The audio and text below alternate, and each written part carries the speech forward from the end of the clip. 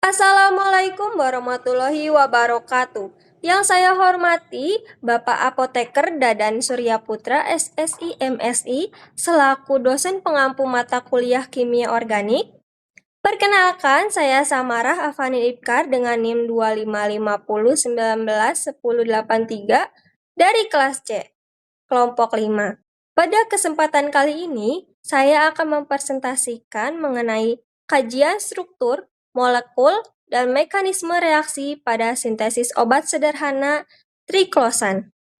Pada slide ini dijelaskan latar belakang pemilihan triklosan sebagai objek kajian. Triklosan merupakan antiseptik sintetik yang banyak digunakan dalam berbagai produk kesehatan seperti sabun antiseptik, pasta gigi, obat kumur, dan lain-lain. Senyawa ini memiliki beberapa gugus fungsi penting yang mempengaruhi aktivitas biologis dan sifat kimianya. Oleh karena itu, perlu dipelajari struktur molekul serta mekanisme sintesisnya agar dapat memahami hubungan antara struktur dan fungsinya.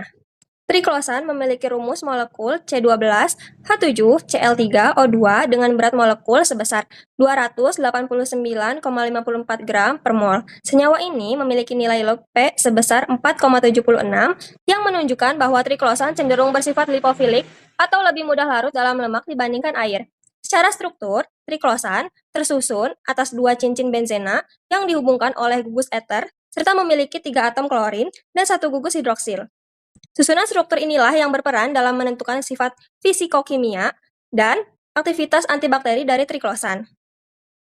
Berdasarkan struktur tersebut, terdapat beberapa gugus fungsi penting yang dimiliki triklosan. Gugus fungsi pertama adalah fenol atau gugus hidroksil yang berperan dalam pembentukan ikatan hidrogen dan kontribusi terhadap aktivitas antibakteri triklosan. Selanjutnya, terdapat gugus eter yang berfungsi menghubungkan dua cincin aromatik dalam struktur molekul. Triklosan juga memiliki gugus aryl halida berupa ikatan karbon dengan klorin yang meningkatkan sifat lipofilik serta stabilitas senyawa. Selain itu, terdapat sistem aromatik berupa dua cincin benzena yang memberikan kestabilan.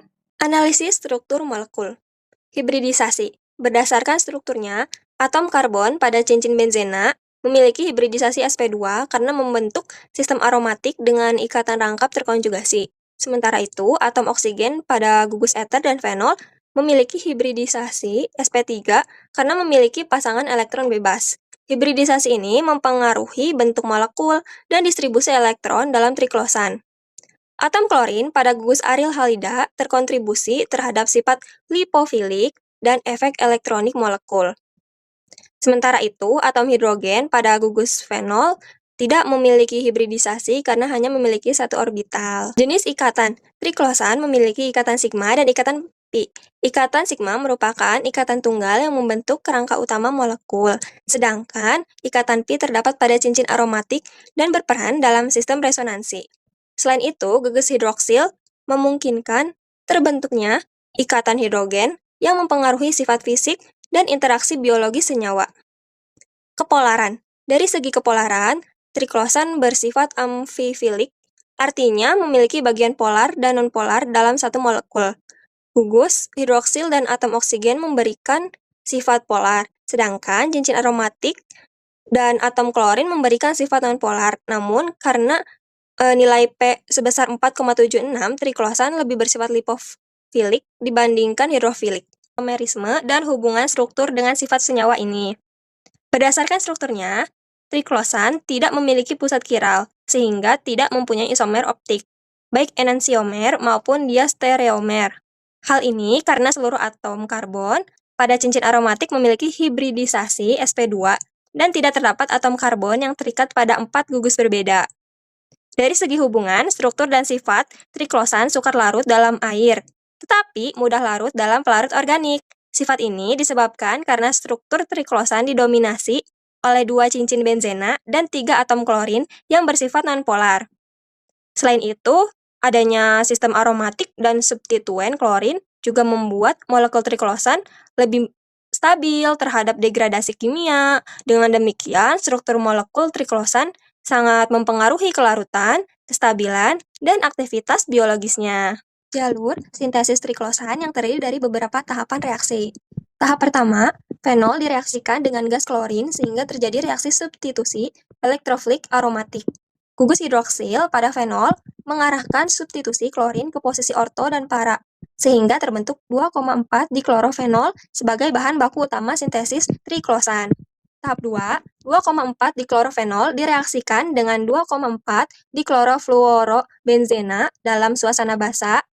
Basa akan mengubah 2,4 diklorofenol menjadi ion fenoksida yang bersifat nukleofil kuat.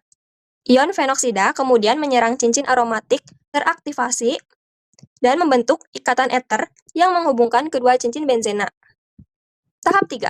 Produk antara yang terbentuk kemudian diklorinasi untuk memasukkan atom klorin pada posisi yang diinginkan, sehingga diperoleh struktur triklosan yang lengkap. Selanjutnya dilakukan proses pemurnian seperti rekristalisasi untuk mendapatkan produk dengan kemurnian tinggi. Jenis reaksi sintesis. Reaksi pertama adalah substitusi elektrofilik aromatik. Reaksi ini terjadi pada tahap klorinasi fenol, yaitu ketika atom hidrogen pada cincin benzena digantikan oleh atom klorin. Reaksi ini menghasilkan senyawa 2,4 diklorofenol yang nantinya digunakan sebagai bahan baku sintesis triklosan. Pada tahap kedua adalah substitusi nukleofilik aromatik. Reaksi ini merupakan tahap utama dalam sintesis triklosan karena pada tahap ini terbentuk ikatan eter yang menghubungkan dua cincin benzena. Ion fenoksida bertindak sebagai nukleofil yang menyerang cincin aromatik teraktivasi sehingga terbentuk struktur dasar triklosan. Selanjutnya terjadi tahap eliminasi, yaitu pelepasan gugus pergi dari intermediat reaksi. Tahap ini bertujuan untuk mengembalikan aromatisitas cincin benzena sehingga diperoleh produk yang lebih stabil. Mekanisme reaksi. Mekanisme pertama adalah SER atau substitusi elektrofilik aromatik yang terjadi pada tahap klorinasi fenol. Reaksi ini bertujuan untuk menghasilkan 2,4 diklorofenol sebagai bahan baku sintesis triklosan. 1. Pembentukan elektrofil Cl+. Pada tahap pertama, molekul klorin diaktifkan sehingga menghasilkan elektrofil Cl+. Elektrofil merupakan spesies yang kekurangan elektron, sehingga cenderung mencari daerah yang kaya elektron. 2. Pembentukan ion arenium. Selanjutnya, elektrofil Cl+ menyerang cincin aromatik fenol yang kaya elektron karena pengaruh gugus hidroksil. Serangan ini menyebabkan terbentuknya ion arenium sebagai intermediat dan aromatisitas cincin hilang sementara. 3. Eliminasi H+. Pada tahap selanjutnya, ion hidrogen dilepaskan dari cincin aromatik. Pelepasan H+ ini bertujuan untuk mengembalikan aromatisitas cincin, sehingga molekul menjadi lebih stabil. 4. Terbentuknya produk klorinasi. Setelah aromatisitas kembali, terbentuklah produk klorinasi, yaitu 2,4 diklorofenol yang akan digunakan pada tahap sintesis berikutnya. Mekanisme SNR merupakan tahap terpenting karena menghasilkan struktur dasar triklosan. Tahap 1. Pembentukan ion fenoksida. 2,4 diklorofenol direaksikan dengan basa seperti NaOH. Basa akan melepaskan proton dari gugus hidroksil sehingga terbentuk ion fenoksida. Ion fenoksida ini memiliki muatan negatif sehingga menjadi nukleofil yang kuat. Tahap 2. Serangan nukleofil. Ion fenoksida kemudian menyerang atom karbon pada cincin aromatik yang mengandung gugus pergi. Karbon tersebut lebih mudah diserang karena dipengaruhi oleh gugus penarik elektron. Tahap 3. Pembentukan kompleks Meitzenheimer. Ketika fenoksida menyerang cincin aromatik, terbentuk intermediat yang disebut kompleks Meitzenheimer. Pada tahap ini, aromatisitas cincin hilang sementara dan muatan negatif terdelokalisasi pada cincin aromatik. Tahap 4. Eliminasi gugus pergi. Setelah kompleks Meitzenheimer terbentuk, gugus pergi akan keluar dari cincin aromatik. Pelepasan gugus pergi ini menyebabkan sistem aromatik terbentuk kembali. Tahap 5. Pembentukan triklosan. Setelah aromatisitas kembali, terbentuklah ikatan eter yang menghubungkan dua cincin benzena sehingga dihasilkan molekul triklosan. Kesimpulannya, dari SNR, jadi reaksi ini, ion fenoksida bertindak sebagai nukleofil yang menyerang cincin aromatik, sehingga terbentuk ikatan eter dan menghasilkan triklosan. Faktor yang mempengaruhi reaksi. Pertama, struktur substrat sangat mempengaruhi keberhasilan sintesis triklosan. Keberadaan gugus penarik elektron membantu menstabilkan intermediat Meitner-Heimer sehingga reaksi SNR berlangsung lebih cepat, sedangkan hambatan sterik dapat menghambat serangan nukleofil dan menurunkan laju reaksi. Pemilihan pelarut berperan penting dalam menentukan laju dan efisiensi reaksi.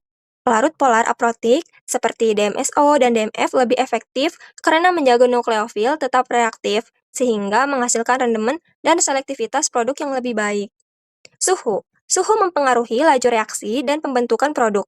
Peningkatan suhu dapat mempercepat reaksi SNR, namun suhu yang terlalu tinggi beresiko menyebabkan reaksi samping dan degradasi produk, sehingga diperlukan pengendalian suhu yang optimal. Efek induksi dan resonansi.